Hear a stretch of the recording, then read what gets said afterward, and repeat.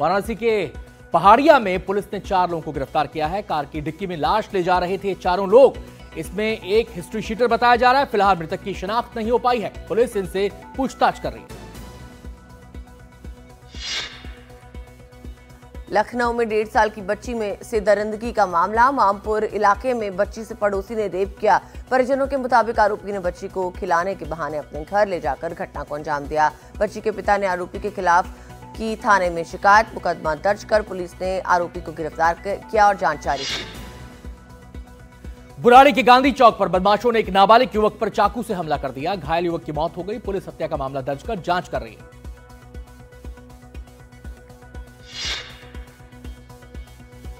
महोबा में 2 युवकों की लड़ाई में एक युवक ने दूसरे को धक्का दिया। ट्रक के पिछले पहिए के नीचे आने से युवक की मौत हो गई।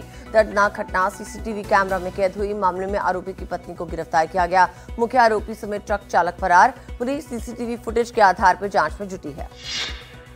आजमगढ़ में एक स्कूल बस की चपेट में आने से 11 वर्षीय बच्चे की मौत हो गई। गुस्साए ग्रामीणों ने बस में आग लगा दी और चक्का जाम कर दिया। पुलिस ने मामला दर्ज कर जांच शुरू कर दी है। भरतपुर में नेशनल हाईवे से डहरा और परसर गांव के मोड़ के बीच में अनियंत्रित स्लीपर बस ट्रक से टकराकर पलट गया। हादसे में 1 दर्जन से ज्यादा लोग घायल हुए हैं। अलवर के राजगढ़ में 11 साल के बच्चे की हत्या का मामला सामने आया है। सूनी हवेली में मिला बच्चे का शव। पुलिस ने टीम गठित कर दी है। हत्यारों की तलाश जारी है। रुद्रपुर में बाइक सवार 2 बदमाशों ने इंदिरा कॉलोनी में घर पे फायरिंग कर दी। 2 राउंड फायरिंग कर फरार हुए बाइक सवार बदमाश। जांच में जुटी पुलिस। बेंगलुरु में भारी बारिश के कारण एक चलती बाइक पर पेड़ गिर गया, जिसमें एक बाइक सवार की मौत हो गई। वहीं पीछे बैठा शख्स घायल हो गया। ये घटना सीसीटीवी कैमरे में कैद हो गई।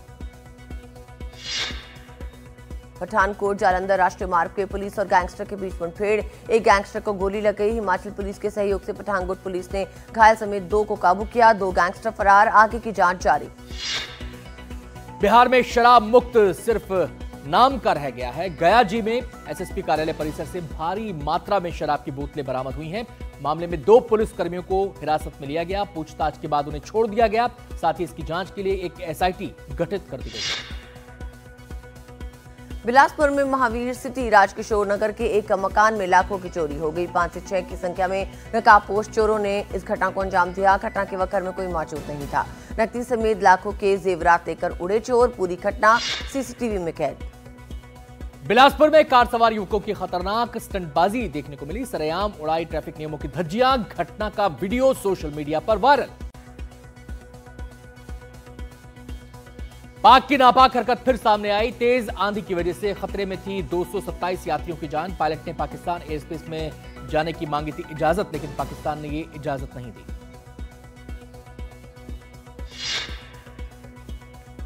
बीएसएफ ने फिरोजपुर से एक संदिग्ध को गिरफ्तार किया। इसके पास से देशी पिस्तौल, 2 ड्रोन्स, मोटरसाइकिल बरामद हुई। पूछताछ के लिए से ममदोड पुलिस को सौंपा गया।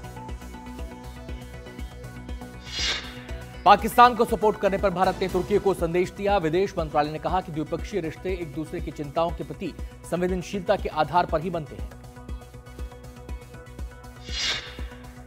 यूपी एटीएस ने वाराणसी से तुफैल को पाकिस्तान के लिए जासूसी के आरोप में गिरफ्तार किया। जानकारी के मुताबिक तुफैल पाकिस्तानी ग्रुप में भारत की जानकारियां साझा करता था और कई आतंकी संगठनों के संपर्क में था। पाकिस्तान के लिए जासूसी करने के आरोप में यूट्यूबर ज्योति मल्होत्रा की गिरफ्तारी पर बोले सीएम नायब सिंह सैनी। कहा, देश के अंदर रहकर भारत के खिलाफ दुष्प्रचार करना दुर्भाग्यपूर्ण। पुलिस को हर जरूरी कार्रवाई करने का निर्देश दिया। एनआईए ने खालिस्तान लिबरेशन फोर्स से जुड़े 2 आतंकी गुर्गों के एक सहयोगी को गिरफ्तार किया है, जिन्होंने इस साल मार्च में अमृतसर के एक मंदिर पर ग्रेनेड हमला किया था। फरार भगवंत सिंह उर्फ मुन्ना भट्टी को अमृतसर के अकालगढ़ गांव से गिरफ्तार किया गया। इस गांव में अब तक 4 की गिरफ्तारियां हो चुकी हैं। भारत के शूरवीरों की बहादुरी को मिला सम्मान। राष्ट्रपति द्रौपदी मुर्मू ने अदम्य साहस और असाधारण वीरता के लिए दिया सम्मान। 6 कीर्ति और 33 शौर्य चक्र से सेनाओं और पुलिस को नवाजा गया। मुंबई के टोल प्लाजा पे डीआरआई ने 2 गोल्ड तस्करों को गिरफ्तार किया। 4.25 करोड़ की सोना, 85 लाख की चांदी और नकदी जब्त कर जांच शुरू की गई। बिहार चुनाव से पहले बीजेपी विधायक मिश्रीलाल यादव को बड़ा झटका लगा। करीब 6 साल पुराने मारपीट के मामले में सेशन कोर्ट ने न्यायिक हिरासत में भेज दिया। अब इस मामले में आज फिर कोर्ट में सुनवाई होगी। बिहार विधानसभा का चुनाव को लेकर सांसद पप्पू यादव का बड़ा बयान। कहा, कांग्रेस के नेतृत्व में लड़ना चाहिए। एनडीए को हराने के लिए कांग्रेस को 100 सीटों की जरूरत। यूपी विधानसभा चुनाव में सपा कांग्रेस गठबंधन को लेकर कांग्रेस सांसद इमरान मसूद का बड़ा बयान। कहा, कांग्रेस अपने संगठन को मजबूत कर रही है, बैसाखियों के सहारे कब तक चलेगा कोई। राजस्थान के पर्यावरण मंत्री संजय शर्मा उदयपुर के सज्जनगढ़ बायोलॉजिकल पार्क में निरीक्षण करने पहुंचे। वहां उन्होंने वन विभाग के अधिकारियों को फटकार लगाई। कहा हाजिरी रजिस्टर में साइन क्यों नहीं करते, खुद का घर है क्या जो मनमर्जी चला रहे हैं। ओडिशा के केंद्रपाड़ा में एक 80 साल के बुजुर्ग को नहीं मिली पेंशन। श्रीधर साहू सड़क पर रेंगते हुए स्थानीय पंचायत कार्यालय पहुंचे। बुजुर्ग को हो रही परेशानी पर स्थानीय लोगों ने आक्रोश जताया। कोविड-19 एक बार फिर देश में अपने पैर पसारने की तैयारी कर रहा है। ताजा जानकारी के मुताबिक महाराष्ट्र में कोरोना वायरस के 33 नए मामले सामने आए। कोविड केसेस का अचानक बढ़ना लोगों के लिए चिंता का विषय बना। कोरोना ने साइबर सिटी गुरुग्राम में भी दस्तक दे दी है। 2 कोविड पॉजिटिव के मरीज मिले हैं। 28 महीने बाद शहर में कोरोना के मरीज मिले। स्वास्थ्य विभाग ने लोगों से गाइडलाइंस का पालन करने की अपील की है। केंद्रीय स्वास्थ्य मंत्री जेपी नड्डा ने कायाकल्प मंथन की अध्यक्षता की, जिसमें अस्पतालों, एनजीओ और अधिकारियों के साथ जन भागीदारी बढ़ाने पर चर्चा हुई। उन्होंने पिछले दशक की प्रगति की सराहना की और सार्वजनिक स्वास्थ्य सेवाओं में सुधार पर जोर दिया।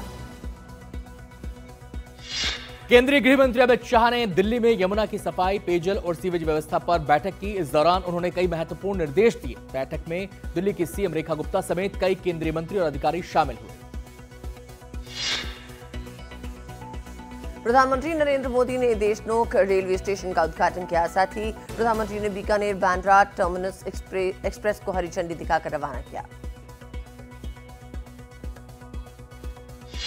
बांग्लादेश के सेना प्रमुख और मोहम्मद यूनुस के बीच मतभेद खुलकर सामने आ गया है। सेना प्रमुख जनरल वाकर उज जमान ने कहा, दिसंबर तक चुनाव होने चाहिए। अंतरिम सरकार को केवल अस्थायी व्यवस्था माना जाता है। अमेरिका की राजधानी वॉशिंगटन डीसी में एक यहूदी संग्रहालय के बाहर गोलीबारी हो गई। इजरायली दूतावास के 2 कर्मचारियों की एक शख्स ने गोली मारकर हत्या कर दी। पुलिस के अनुसार हमलावर फ्री फिलिस्तीन के नारे लगा रहा था, जिसे हिरासत में लिया गया। अमेरिका में 2 कर्मचारियों की हत्या पर इजरायल के पीएम बेंजामिन नेतन्याहू ने कहा कि ये यहूदी विरोधी हिंसा का एक भयावह कृत्य है। संयुक्त राष्ट्र ने अमेरिका में इजरायली दूतावास के 2 कर्मचारियों की हत्या की निंदा की है। संयुक्त राष्ट्र के प्रवक्ता स्टीफन दुराजिक ने कहा, ऐसी भयावह हरकतों को कोई भी उचित नहीं ठहरा सकता।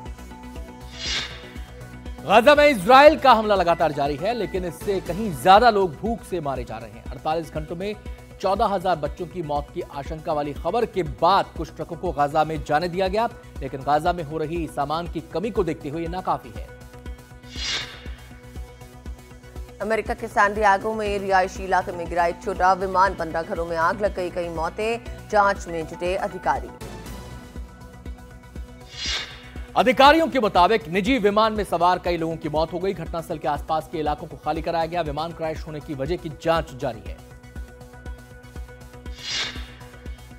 ब्रिटेन ने हिंद महासागर में स्थित विवादित चागोस द्वीप की संप्रभुता मॉरिशस को सौंपी। कई दशकों से ब्रिटेन के कब्जे में रहा यह द्वीप अब मॉरिशस का हुआ। संयुक्त राष्ट्र ने चागोस द्वीप पर ब्रिटेन और मॉरिशस के बीच हुए समझौते का स्वागत किया। संयुक्त राष्ट्र महासचिव के प्रवक्ता स्टीफन दुजारिक ने कहा, यह समझौता हिंद महासागर क्षेत्र में लंबे समय से चले आ रहे विवाद को सुलझाने की दिशा में एक ठोस कदम है। रूसी राष्ट्रपति व्लादिमीर पुतिन ने रूसी विदेश मंत्री सर्गेई लावरोव को सम्मानित किया। रूस के सर्वोच्च पुरस्कार order of Saint Andrew the apostle से सम्मानित किया गया।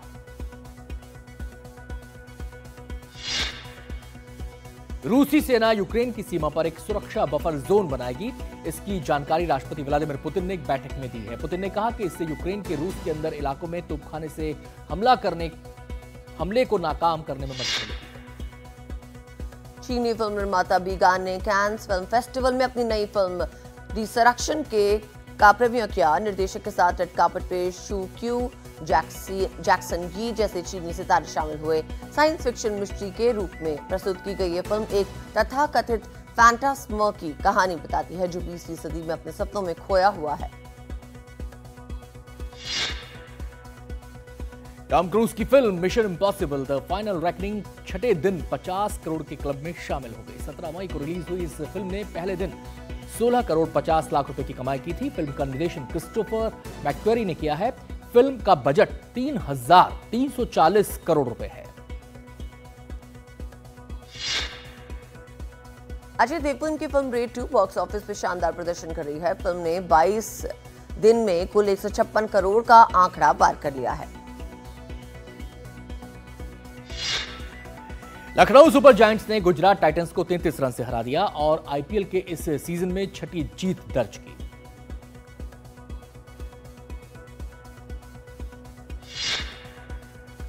गुजरात के खिलाफ लखनऊ के मिचेल मार्श ने शानदार शतकीय बल्लेबाजी की। 64 गेंदों में 117 रन बनाए और मैन ऑफ द मैच अपने नाम किया। बिहार के लाल वैभव सूर्यवंशी का घर पहुंचने पर जोरदार स्वागत हुआ। लोगों ने केक काटकर जश्न मनाया। आईपीएल में राजस्थान रॉयल्स की तरफ से खेलने के बाद वैभव ने क्रिकेट में बनाई अपनी नई पहचान। इंग्लैंड में 5 टेस्ट मैचेस की सीरीज के लिए 24 मई को भारतीय टीम का ऐलान होगा। इस दौरान चयनकर्ता भारतीय टीम के नए कैप्टन की घोषणा करेंगे। रोहित शर्मा के संन्यास के बाद शुभमन गिल इस दौर में सबसे आगे चल रहे हैं।